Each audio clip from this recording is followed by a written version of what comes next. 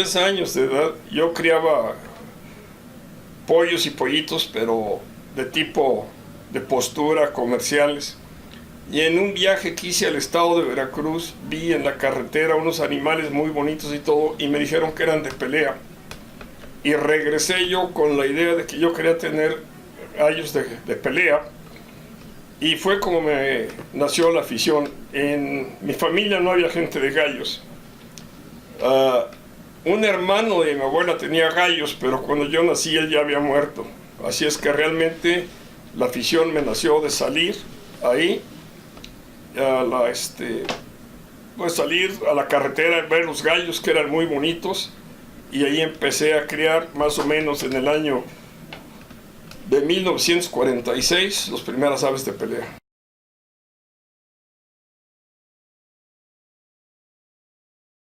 Mi padre, por parte de mi madre era francesa. Entonces, en aquella época, a los 21 años, yo tenía la posibilidad de poder solicitar, ya fuese la ciudadanía americana o la ciudadanía francesa.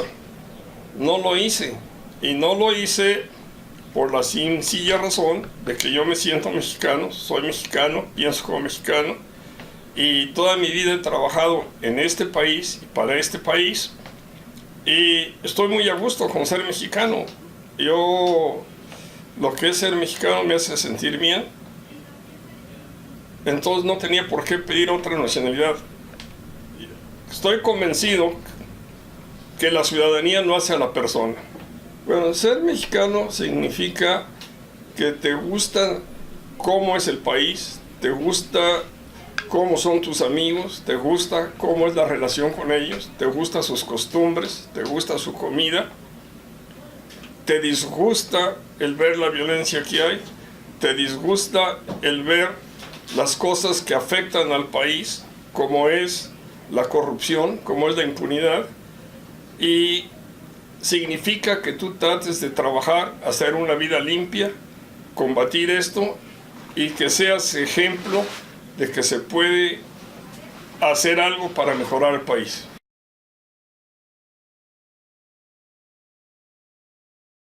Es una tradición que hay que proteger porque está muy relacionada a la identidad, idiosincrasia del mexicano. Las peleas de gallos en México nos llegan por dos vías. Nos llegan por la parte española, por Veracruz, y por el galeón de Manila de Acapulco que iba a Filipinas. Nosotros no podemos pensar en un mexicano si no estás pensando en la charrería, si no estás pensando en los mariachis, si no estás pensando en las peleas de gallos, si no estás pensando en los toros, en el jaripeo, en las carreras parejeras. Todo esto es parte de nuestra identidad. Si nosotros perdemos la identidad, no seríamos uno de los países protagonistas en el mundo, seríamos otro país de los que ni siquiera se habla, seríamos uno más. Y sería mucho más fácil que se nos sometiera social, culturalmente, después económicamente y finalmente políticamente, y perderíamos mucha de nuestra independencia.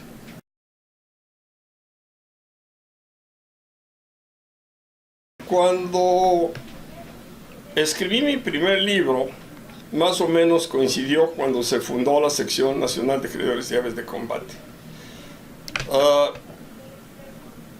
Yo cuando realmente me metí de lleno ya a los gallos, me encontré dos cosas.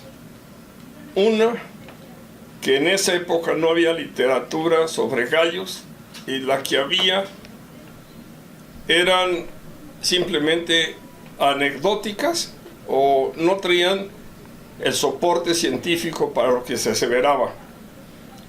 Y la otra, que me fue muy impactante, fue ver cómo las policías y pseudopolicías, ambos, y autoridades, abusaban de los galleros cuando no estaban prohibidas las peleas de gallos, al punto de que muchas veces en la calle, si una persona iba con una caja de gallos, lo detenían y le quitaban el dinero.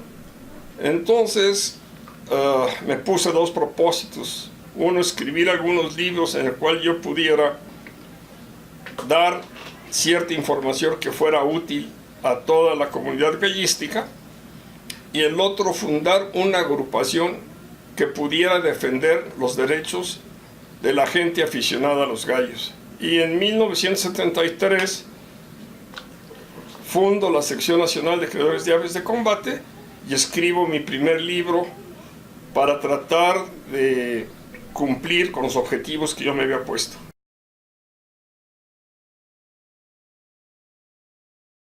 Bueno, el gallo oriental lo escribo yo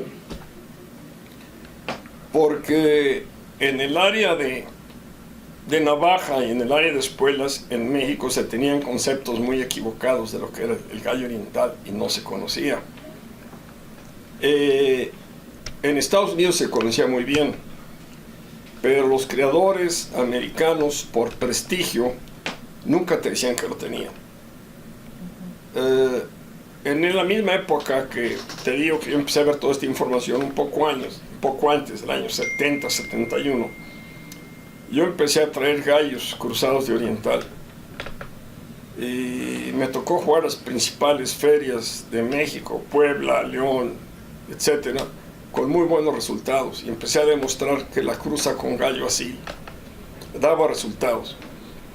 Porque hay información que desde 1820, 1830 en Estados Unidos ya metían gallo oriental, lo cual nunca nos lo decían.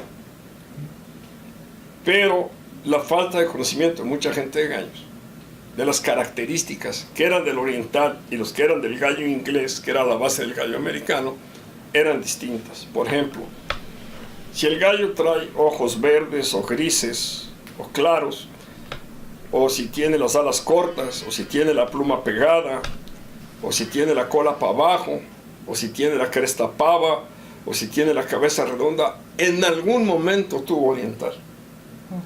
Aunque no te lo acepten los americanos, ¿verdad?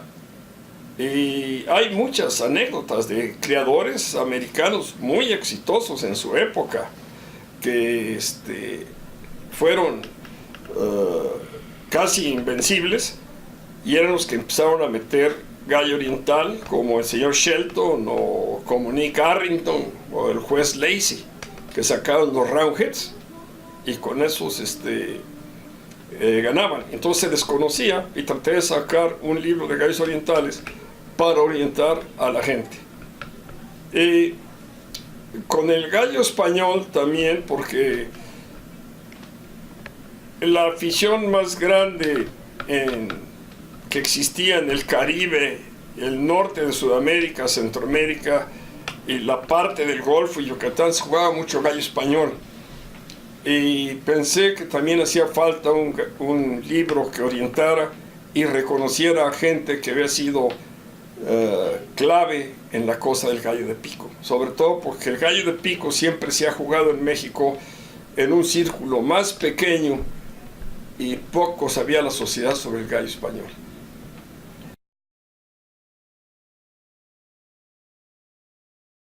En el año de 1949 se importaron unas gallinas de California y de Inglaterra. Y llegó una epidemia, la peor epidemia que ha habido en la ganadería nacional de Newcastle. Acabó con toda la parvada nacional, y entre ellos se llevó los gallos. Entre ellos los míos. Y no existían vacunas en esa época, se desconocía la enfermedad, y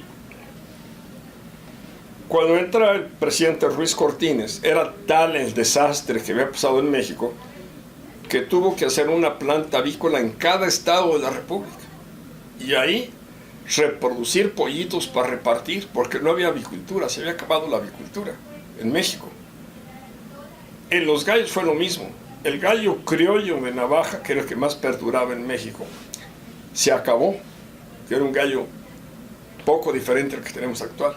Entonces, a partir de esa epidemia, después vienen las grandes importaciones de gallos y gallinas de Estados Unidos, y entonces viene el gallo americano actual, que es el que usamos en Pulgara. Fue un parteaguas, o sea, cambió la avicultura, tanto de gallos de pelea como la comercial. Es antes del Newcastle y después del Newcastle. Fue terrible.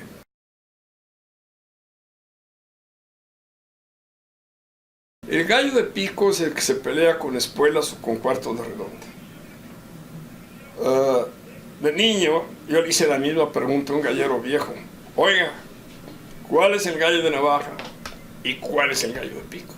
Y esto que te voy a contestar se les ha olvidado a mucha gente que se dice gallero de mucho prestigio. Y es muy sencillo. A mí me respondió, el gallo de pico es el que pega en la cabeza. El gallo de navaja es el que pega en el cuerpo y es más rápido. Es muy sencillo, pues se les olvida.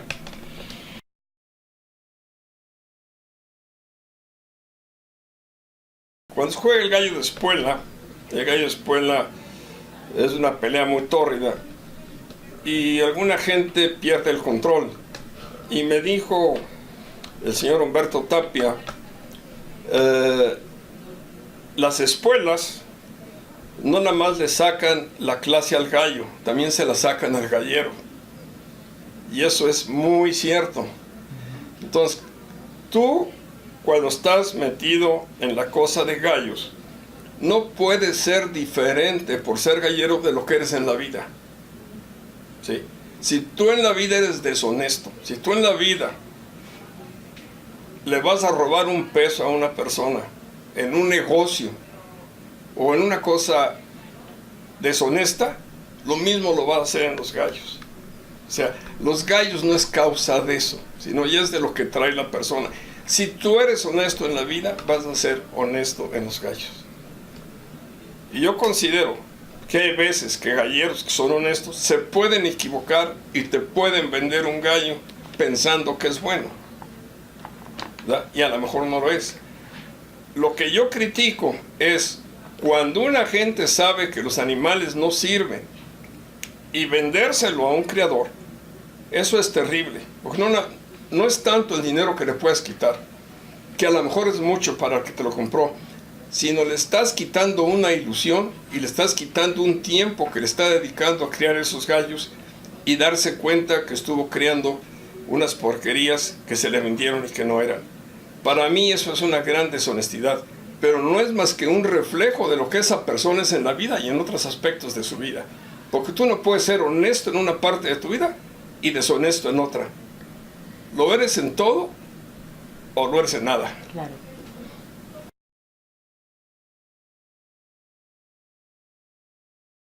A la gallística nacional lo que más daño le hace es que muchas personas en el palenque o en las peleas no traten bien a sus gallos, que después de una pelea arrumben el gallo o lo avienten, ¿sí?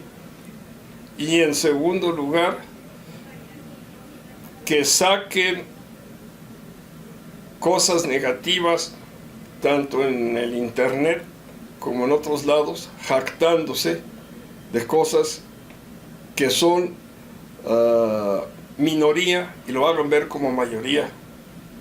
Y también le afecta muchísimo que nos quieran relacionar con que todos somos gente que está fuera de la ley, cuando la mayoría, la gran mayoría del verdadero aficionado del gallo son gente trabajadora y productiva por el país.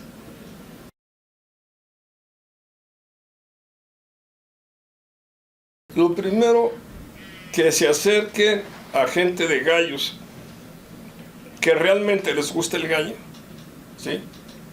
Y que aprendan lo bueno, que rechacen lo malo, ¿sí?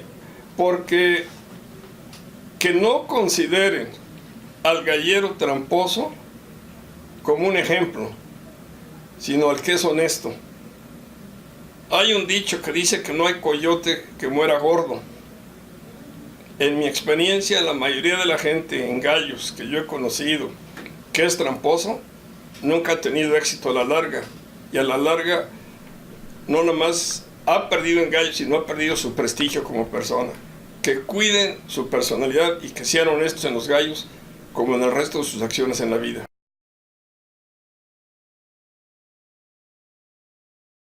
Pues lo único que sí quisiera yo agregar es pedirle a todos los aficionados en sus respectivos estados que se acerquen a sus diputados, tanto locales como federales, y a sus senadores, a sus gobernadores, y le pidan leyes que protejan esta tradición. Los ataques a las peleas de gallos que están en México vienen del extranjero, financiados con dinero del extranjero. Y la prueba más contundente tenemos es que los proyectos de ley en donde se incluye la prohibición de las peleas de gallos es exactamente el mismo que se ha puesto en países de Centroamérica como Nicaragua, Costa Rica, o en Sudamérica, Ecuador, Perú, etc.